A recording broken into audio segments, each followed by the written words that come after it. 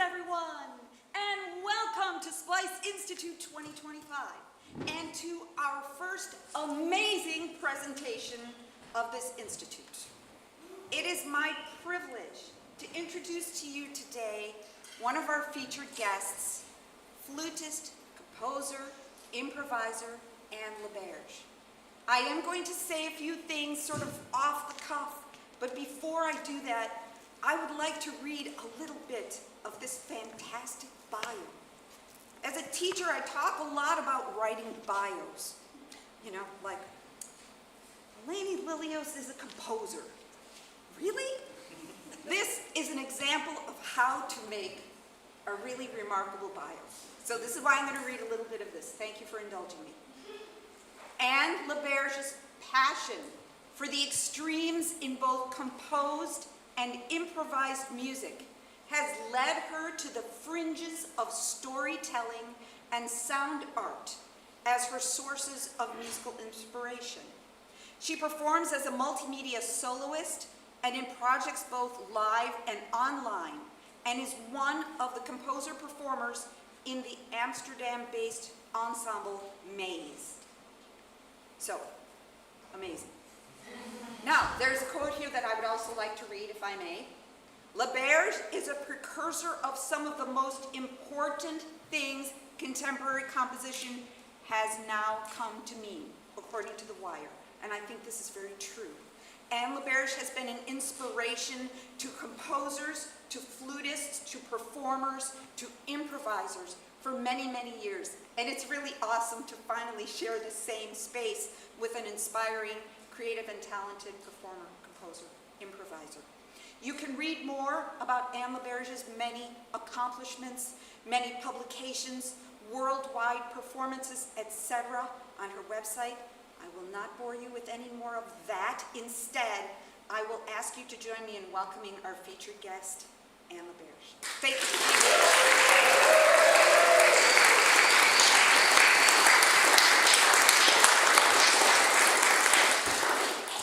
That was fun. Thank you. Right. How did I get here? I mean, besides that you invited me, which was very generous, and I'm looking forward to the rest of the week with all of you on some level. Who's a flute player here? 1, 2, 3, 4. And, because that's, in a way, how I started out. And then composers, exclusively composers? Composer performers? All the hands go, almost all the hands go up. Improvisers? Yeah, composer performers, you have to improvise. Some players improvise. Flutists, no, they could improvise. Saxophone players think they all can. You know, there's so many things in this building, including, oh, I know why, because I'm in safari. All right, let's see if my little thing, yes. Flutists and composers. I'd like to introduce you to Cécile Chaminade. When I was 14, I memorized her concertino. I'll let you read this.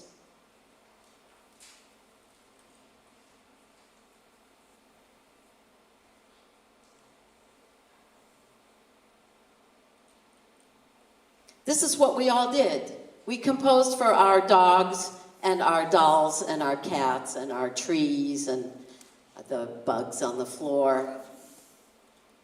When I was 14, this concerto I memorized, played for competitions. No one told me it was a woman composer that I was playing. No one said to me, you know, Annie, you could be the person that composes a concerto or makes a piece for everyone to play. Did you play Chaminade? Of course you played Chaminade. Yeah. And one of the great things is, my teacher at that time told me, how are we going to fix this piece? because all of the French conservatoire repertoire was a little faulty somewhere or another in the piece. Yes, exactly. And so at least my teacher told me that all composers, dead composers, aren't perfect, and it's up to us as performers to make something happen. But no one told me it was a woman that I was playing. So I'm going to bring you through a bit of periods of music, Western music, and what it was like to be a budding composer performer. I hadn't budded yet. I was would that be a latent composer performer? I was a flute player, and what that was like. So I went into the 70s, the 1970s, and I went to college. And my Aunt Florence said to me, you need to be a composer. I was at Northwestern University. She lived on the North Shore. You need to be a composer because flute players die and no one knows who they'll be. No one remembers them. And by that time, I had played for Ron Paul, and he told me I was a good flute player. But I was going to pass on with nothing. And so Aunt Florence said to me, you need to be a composer. I said to Aunt Florence, oh no, the film, how are we doing here? So I said to Aunt, where do you want me to stay? Can I move around? Oh, all right. I said, because this is intimate. This is Aunt Florence. She gave me sherry. I was 18. And she said that, and I looked at her and I said, there are no women composers. That is not an option for me. This was 1973.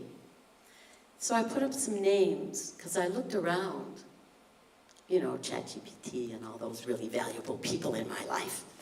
I looked around, and back in the 70s, Pauline Oliveras, you know this person, you played her work. Libby Larson, Minnesota people. All right, Libby. We knew Libby, at least I knew Libby.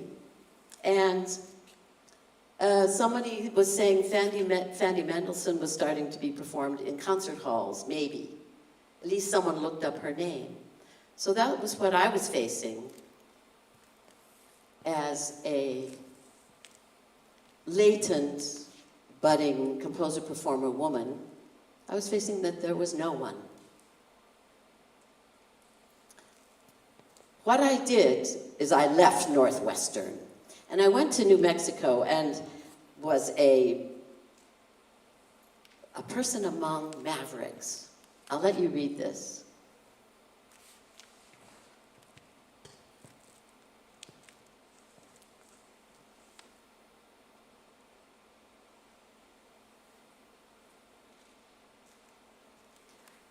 Do you know the perspectives of new music? When I was 20 years old, Susan Patrick at the University of New Mexico said, would you like to do an independent study?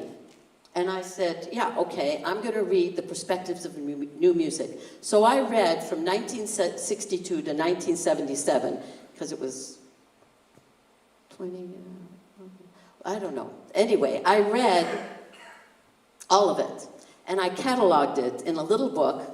I looked at it last week, too, because I didn't believe myself that I'd actually done that. Because I read so many articles I didn't understand. But I did learn where things were happening in the world. But I just want you to note, I didn't read anything written by a woman. And there may have been some women mentioned, but it would have taken me quite a while to go back through my notes to see if there were. And this is to give you great inspiration, you people, composer, performers, and women, because look, I made it. So this is not a sad story. This is a story about perseverance. It's a story about information. And it's a story that when, in those years, I didn't really know if I was a man or a woman. I'm not saying it was a gender thing. It was that I was operating in a world that never talked about it. And then, because in the Perspectives of New Music, I read so many articles about the University of Iowa, the University of Illinois, where all these happenings were going on and all of these not really intellectual musical events, but exploration was going on. So I went to the University of Illinois to get a master's. And lo and behold, the person teaching flute there, Alex Murray, was an inventor of flutes. You flute players, do you know about Alex Murray? Well, what he did was, I mean, this is information that's so valuable to all of you, is that when Theobald Böhm, the German guy, you've heard of him, he put the keys on the flute in 1850. And what he did was, oh, I have so many devices. In the left hand of the flute, what was going on was you had a wooden instrument, and when you pressed down with your little pinky, you pressed down on a salt spoon and you opened up a hole, because you couldn't get all your fingers in all those holes. So you used your little fingers to open holes. Well, on this hand, that's actually illogical, because as you take your fingers up, the flute gets higher. That for you composers, this is very important to remember.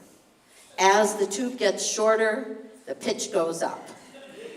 And then you overblow. Or you use your embouchure in a special way.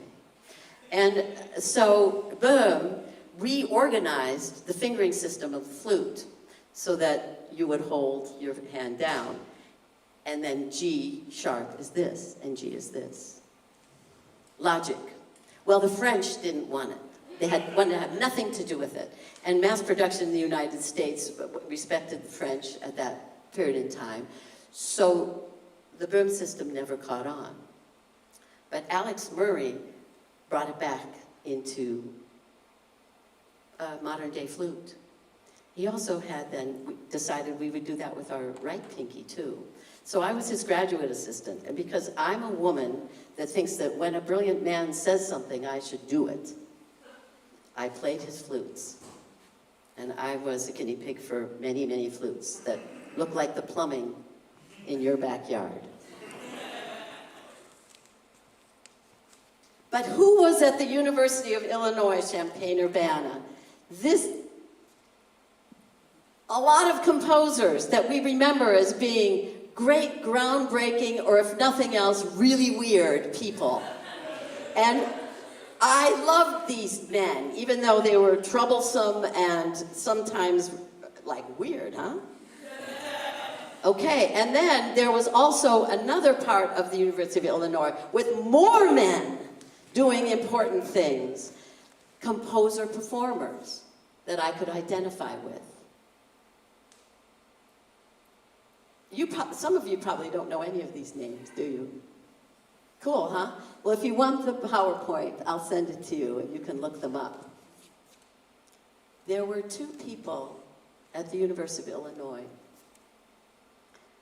that remained influential through the rest of much of my life. And one was Larry Polanski, who is also a composer-performer. He's deceased now. Do you know who he is? Larry Polanski was the creator also of Frog Peak Music, publishing company, and a label. And so this person, Larry, I kept in touch with, and I'll show you a little more. We're doing great on time. So Larry was my friend, and we played in improv ensembles together.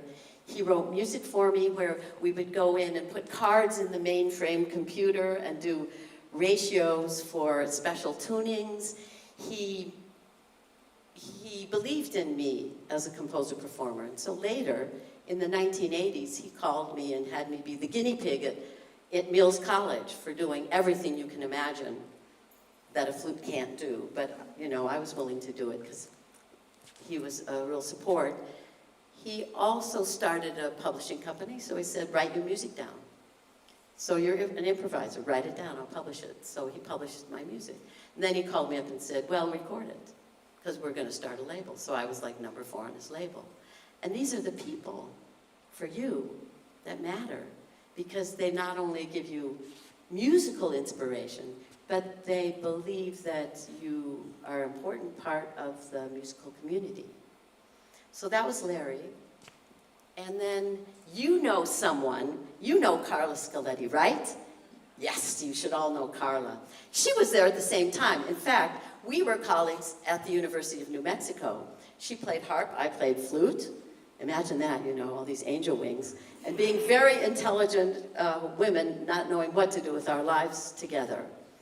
And so it's been a real privilege to know Carla since 1974. And I use her instrument, the Kima system. I can finally afford it. Took a while.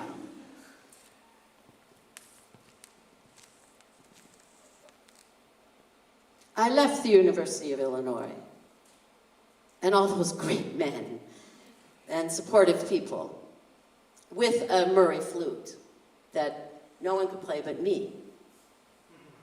And I moved to Los Angeles as a freelancer. What do freelancers do? Because many of you are in this building, and you're in your buildings, and you're in your schools, and I left school, and what did I miss? Number one, the library. The University of Illinois has a score library that was as important as the teachers. So I had no library. So then I decided I would have to write music myself, because I couldn't afford to go to the music store and buy all those like $20 Stockhausen things and all that, you know? I just didn't, and I didn't feel like doing that anymore anyway. So then I wrote my own music as a financial and psychological solution to my bohemian life in Los Angeles with, of course, the day job. Do you want to know what my day job was? Yes. I ended up being the administrator of the cancer grants in immunology at UCLA, because I could convince them that I could do full-time or like not full-time work, but part-time work in so little time, so then I could ride my bike to teach, and I could fly around the US as the guest artist at festivals. At that same time, I was on the faculty of the June in Buffalo Festival as their flute player with my day job. I was there when they discovered AIDS. So I was part of managing grants for postdocs for AIDS research, which it does mean something. It meant that I had health insurance. And what I did, I improvised, I played with people, I organized, I made concert series, I had boyfriends, and other things. And made a life for myself, and then I realized it was smoggy and I wanted life to move on. So I went to the University of California, San Diego, because I thought a PhD would solve all issues that I had and maybe would have in the future. And look at this, some more wonderful men that I could collaborate with. Does everyone know who at least one person on this list is? Great, heads nodding. Because it was also, just like the University of Illinois, it was right at the tail end of the experimental era. Experimentalism, you know, one of the things that makes many of you still tick is the experiment.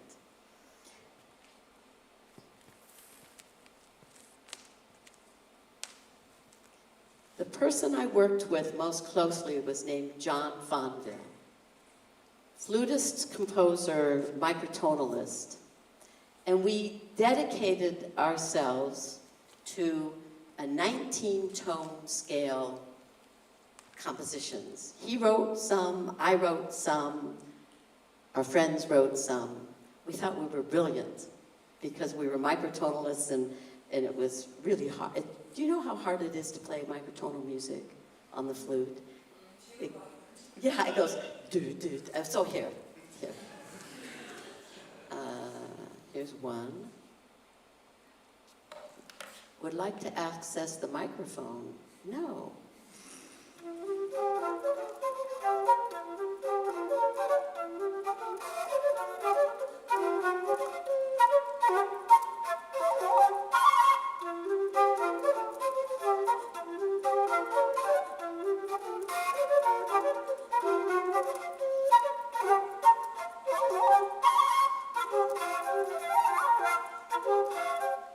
There's not one conventional fingering in that. Somehow in California, people think they have the time to learn these things. And then I wrote one of my own.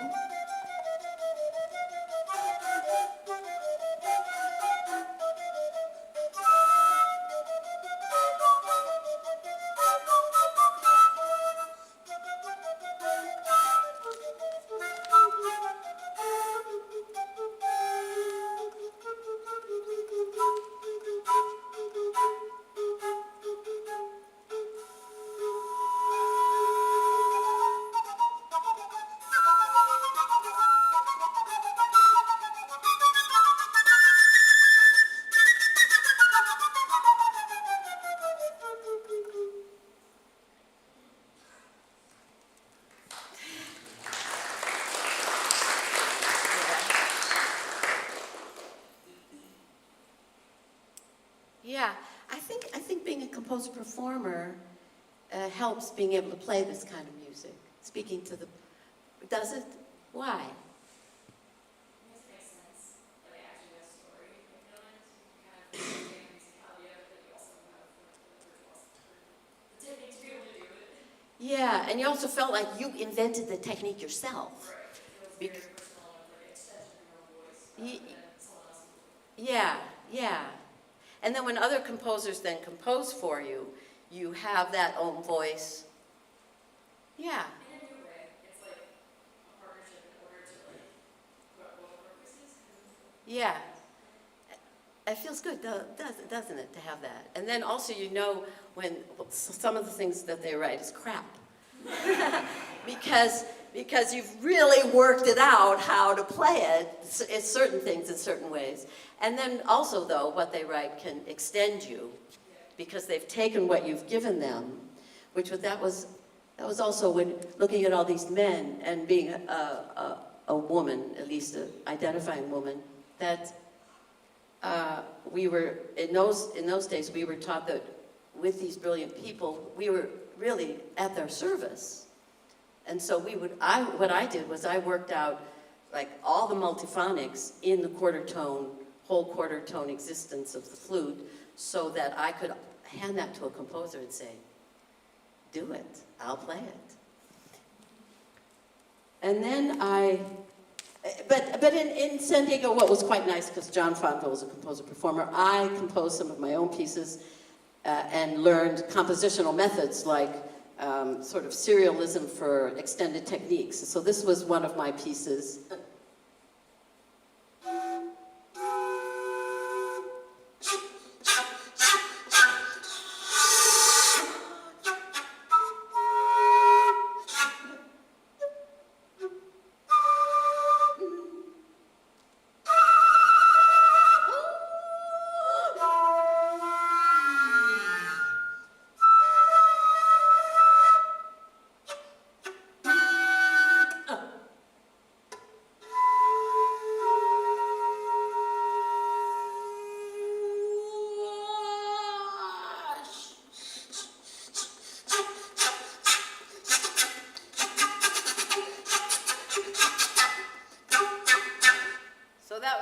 That's basically sort of improvising, but putting it in a very organized form.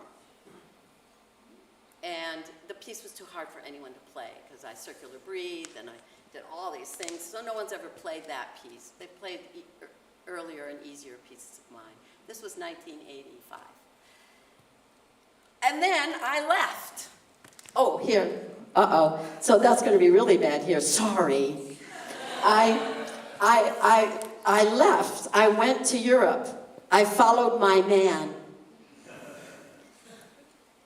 At any rate, it seemed a very good time in 1989. New York was dangerous. San Francisco was fun, but didn't have a budding improvising scene. And so I moved to Amsterdam, where Europe was full of music, and we could get to other places by train, and they paid improvisers money, and they respected composer-performers as a... You can go. It's all right. No, it's okay. Yeah, that's okay. And Europe, yeah, people went to Europe at that time because it was easier also. So that's one of the things, if you want to speak to me during this week about what it's like to immigrate and go to Europe, I can, you know, I have some perspective on that. In Europe, just like what I said, there was funding. And that is a realistic for you people, when I, you know, talked about my job in LA. It's also, as you know, it's tiring to have a day job. And then to have to call in sick and say, trust me, I'm spending a week in Buffalo as head faculty, but I'm going to call you every day and tell you I'm sick. And then I will get my job done. Whereas where I was in Amsterdam, I was a full-time professional freelance composer, performer, improviser. I played with jazz bands. I didn't play jazz, but I played alternative things with jazz bands. And I toured around with Ensemble Moderne. Do you know this ensemble? I was their main sub for 5 years, and so I saw every famous hall in Europe, and I did, you know, did that stuff. And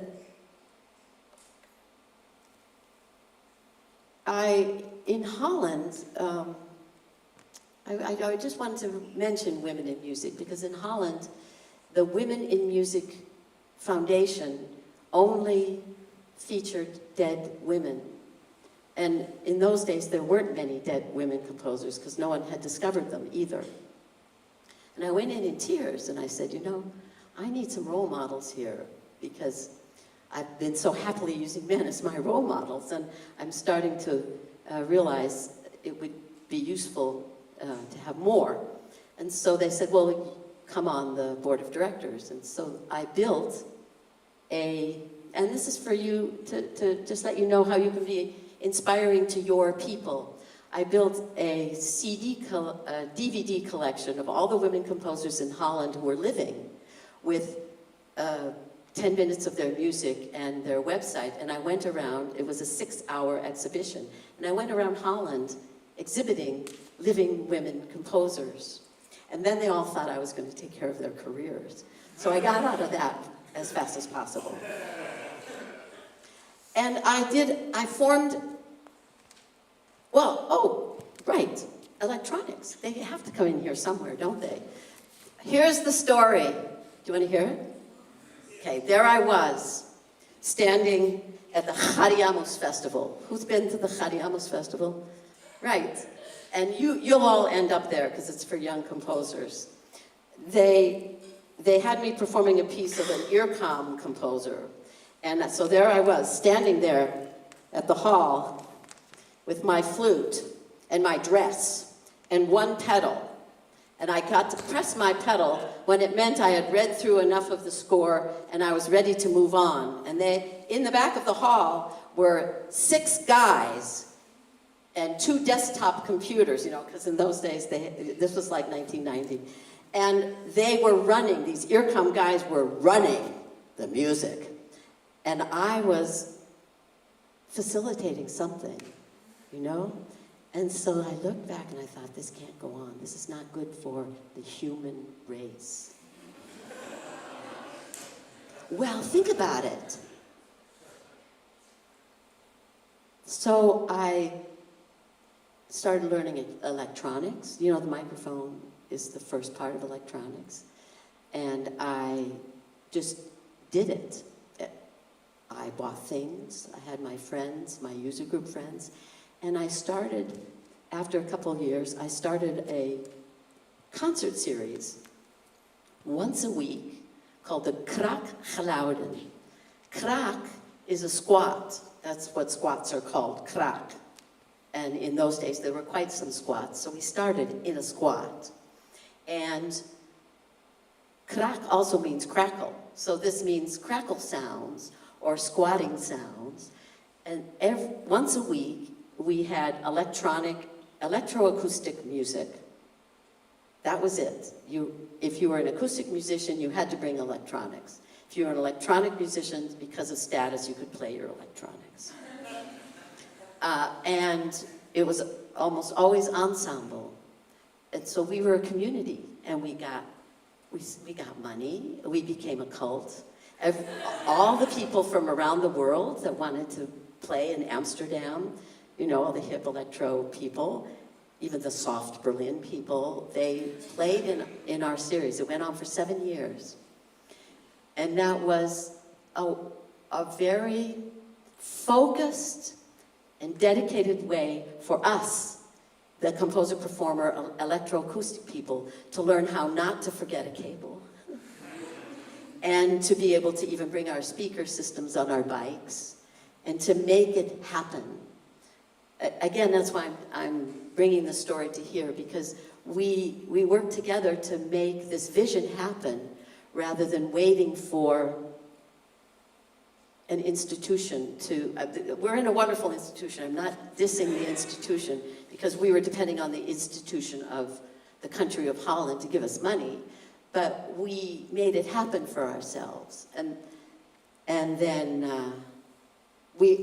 I was really good at remembering cables and extension cords and all of those things.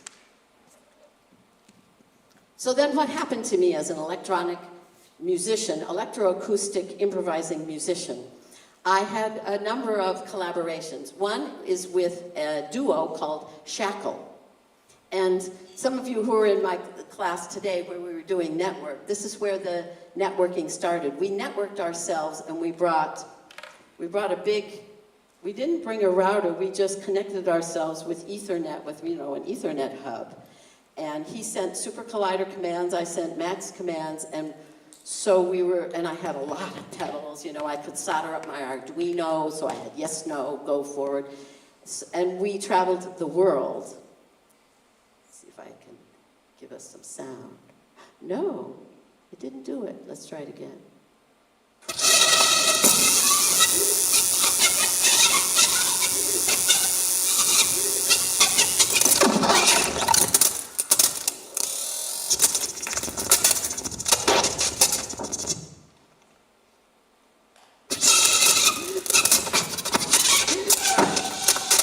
Yeah, so we were loud, we were noisy, we could play sets in clubs. Yeah, that was where I really got my chops together. And this other friend of mine, I'll let you read this. Oh, you did, you read that. That's just what you read. I read something a little different. Okay. This is a good one too.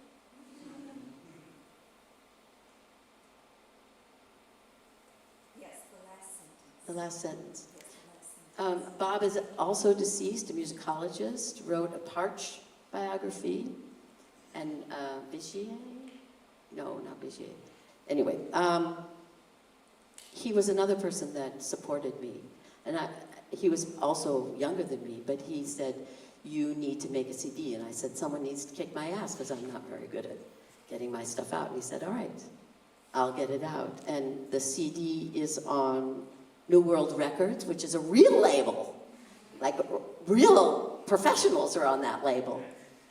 And something, if you want to pursue, if you want to look into, it has my first electroacoustic works. And it also was the first body of work where I understood, because the outside world reflected that to me, that I was a woman. Because I made a piece about Madame Curie. I made a piece about the invention of windshield wipers, which was Mary Anderson. I made a piece about loudspeakers that do for you tomorrow and me as a person? And so then people started approaching me and say, well, oh, it comes from a perspective of who you are. And it's, in a way, it was kind of embarrassing, like, oh, really? But then again, it was such a validation of where our art comes from, because it comes from our experience and our passion. And it's an old CD, but it's, you know, it says it. Okay, collaborations. Utter is a piece for 6 iPads, and they were put on a tree, and I performed.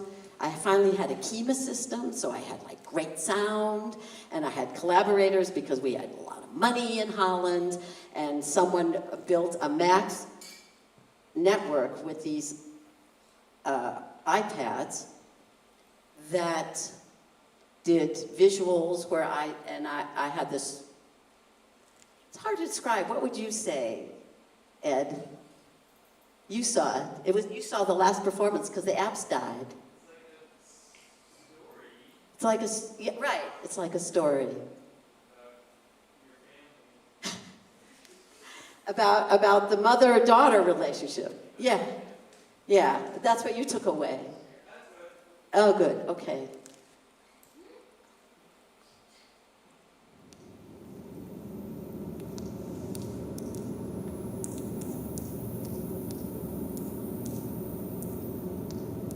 Sid got up. She walked around. She had to run to catch her prey and escape her predators.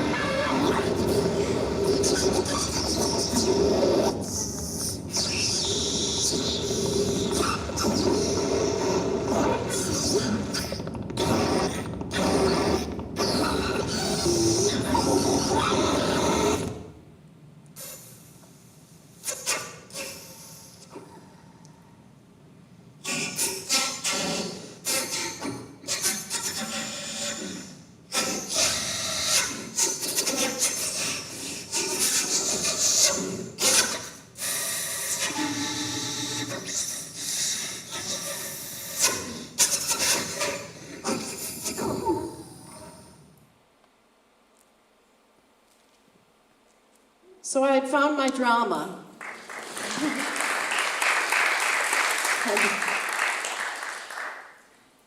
Yeah, but apps die, software gets out of date, hardware does iOS does something, so their software does something, and I continued to make things that express my passion, so I had to just continue looking for new material to make that happen.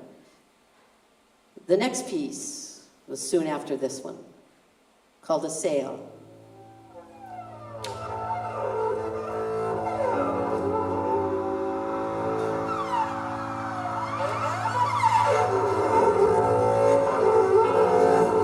She had the sense that her body belonged to someone else. She didn't know how she was supposed to react. Just make them go away.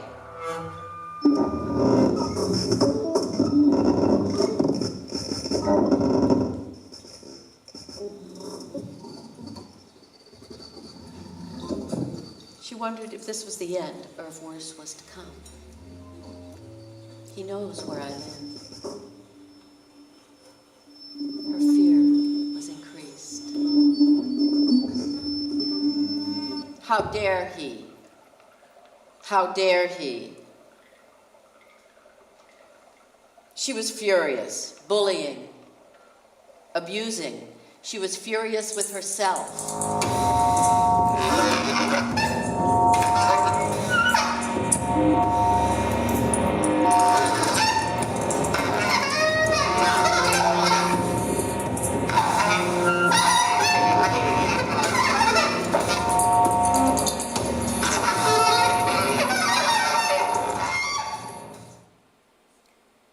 So I wanted my work to be ruthlessly relevant, and I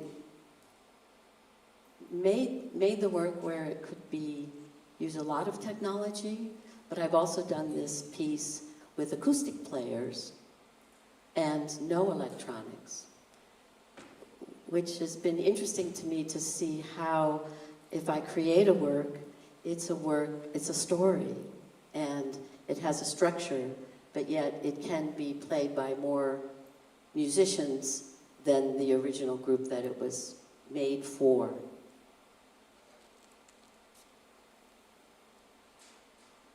Raw. I think we're going to go pass through Raw because we have to go online and it's a mess. Show and tell. I play a quarter tone flute that was developed, believe it or not, by a woman named Eva Kingma, who's Dutch. I play a quarter tone alto flute, and there are only 6 extra keys, so I won't go into what Berge said, but this flute has given me great opportunities to extend the flute. In a way not, because who cares about quarter tones? But it does mean I can get certain holes open and certain holes closed that are really fun to do, and it's become an instrument that hasn't been taken on by the rest of the world. Orchestra players are afraid to do alternate fingerings or to have a slightly different balance. And so I think this flute has maybe a shelf life, but I play it. You'll see me play it tomorrow. And I also play the Kingma system, which was invented and is still maintained by a woman. And the Kingma flute, I was part of the collaboration for the development of that flute. Mainly because I understood weird flutes, because I'd been through the Murray flute. And I could say, don't put that key on.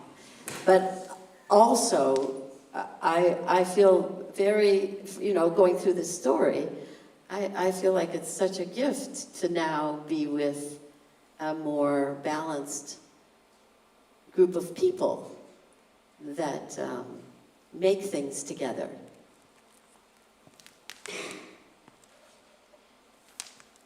This week, what is Anne LaBerge going to do?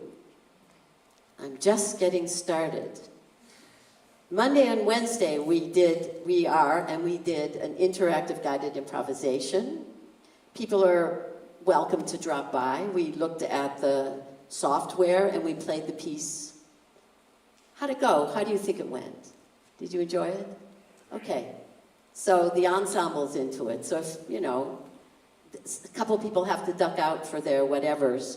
So there's space in the room, wherever it is. And then, tomorrow night I have to play a solo concert, which is a medley of my history, going back to pieces from 2005 or so. My first Max Patch, actually. And then Wednesday I get to play with Ted Moore. Yeah, totally great. And then Friday, I'm playing pieces by Sophia, who I think is not feeling well. She's not here today. And Kevin, who's here. Right. Yeah, and we've corresponded quite a lot. And I've even boned up a little on PD, because we came to a lot of agreements on that. We have 5 more minutes. It's only 17:49 in European time. European time, it's way past my bedtime. I wonder, let me see if I can get online, I think we may have some success with that. No, maybe not. Oh yes, here it is. I'll get it big so you can see what it is. Because then it's going to be, yeah. This is a building. Oh yeah, that was our jubileum concert. 50 musicians got together 13 years ago and made a collective. Again, I'm emphasizing how we as a collective can support our past and our future. It wasn't just one kind of music. It was the Concertgebouw first chair players, it was jazzers, it was a couple pop musicians, it was people like me, the weirdos, that made this building happen. And we got the city to rent a building to us that has some spaces where we can rehearse. There's a bar. I knew you were wondering. We can rehearse, but also because we're musicians, we give concerts. And so at least 4 or 5 days a week, there's some kind of small scale concert. And I was part of the committee, my husband and I were the committee, to make sure we purchased Meyer speakers for all the spaces, and the building is completely networked. And so it's a community, and it's a way for us to also collaborate with other style groups. Because, here we are sitting here, we all kind of know each other's stuff. We are all kind of rubbing each other's DNA. Electroacoustic composition, slightly niche. But in Splendor, I play with the first chair flutist of the Concertgebouw, and we really like each other.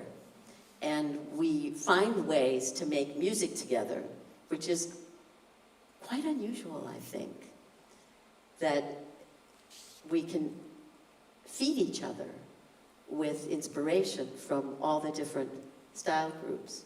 Of course, of the 50, not all 50 work hard, so that's just kind of part of the deal. But, and the other things that I do, these may be things you want to talk to me about later in the week. I teach a couple classes in the Royal Conservatory of The Hague. The Royal Conservatory of The Hague called me when I was retirement age and said, come teach. And for you, all of you, like either looking for jobs or have jobs, you know what I thought? I thought, oh, like now? But they said, come teach what you want to teach. So they had me teach some composition, and they had me teach some electronic music. And then I ended up teaching now.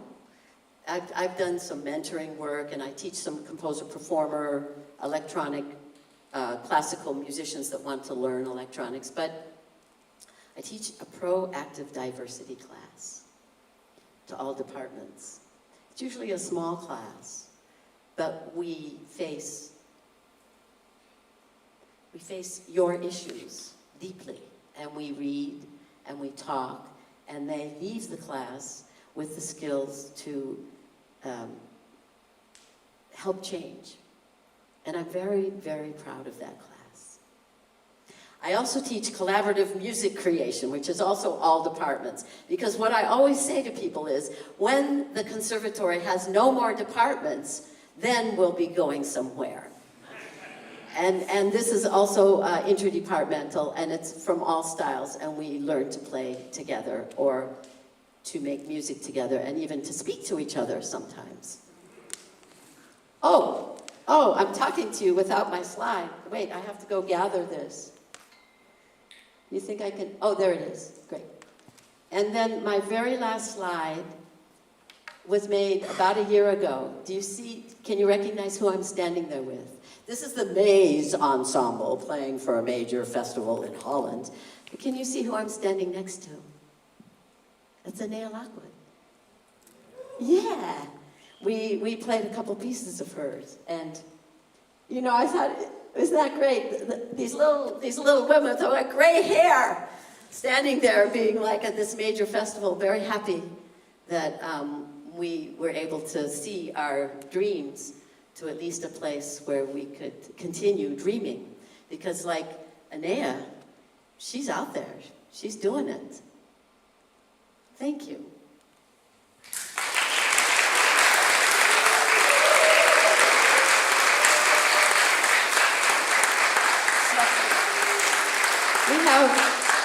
So there are 5 minutes for questions. Does anybody want to ask something, or do you want to just ask me in the hallways? Yeah. Sorry, I guess this is moving on a little bit. No apologies. How do you see the culture shift in the Netherlands, specifically Amsterdam, Randstad, about diversity and approaching and collaborating with diverse, or you're teaching the class, I'm just curious. Yeah, I'm teaching the class to students in The Hague. I see that Holland struggles with diversity because it's a very white country, and it's a head colonial country, as are we here in the United States.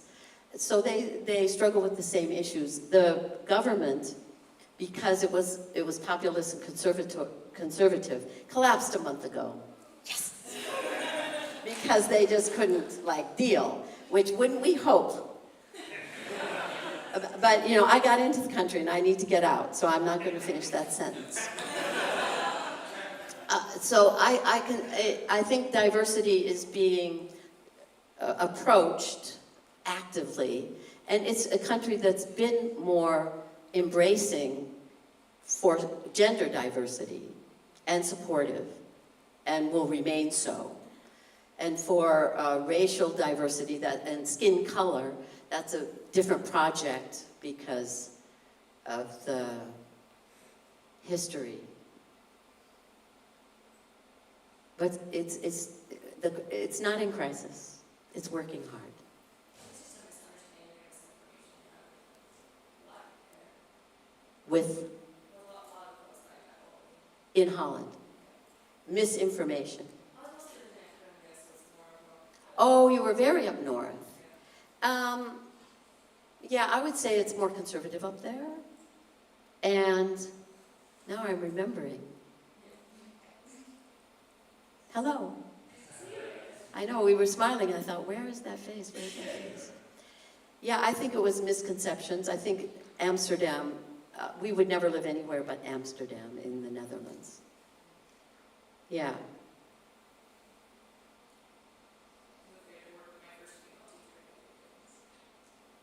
There. You,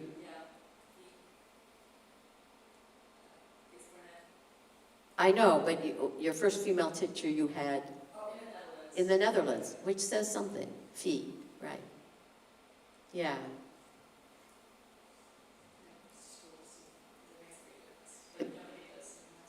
It does, doesn't it? Yeah. Any other introductions that questions? Yeah. With the kraakgeluiden? Yeah. It was. About starting a cult? Yes. Yeah, we became so culty that people had opinions about us who had never gone to a concert. It was great, you know. They'd say in Berlin, and I'd say, well, have you been there? No. And that was nice. Anything else? So we could call it, yeah? Yeah? No. You were? Yeah? I just want to ask, when did you find it was right for you to move from place to place? When did you know? I can handle extreme change. So I could feel it in my body, and I could feel it in my getting up in the morning and how my day would be. And so then I knew I had to take care of myself and go somewhere else. Does that make sense? I think if you like I was showing the history of, if you read yourself and you can say, well, there are no women composers, or there is this, or there is that, then you know inside yourself when it's time to change. And I can take risks. It's I'm lucky that I can do that. We'll have a nice dinner together. Shall we all go to dinner now? Okay.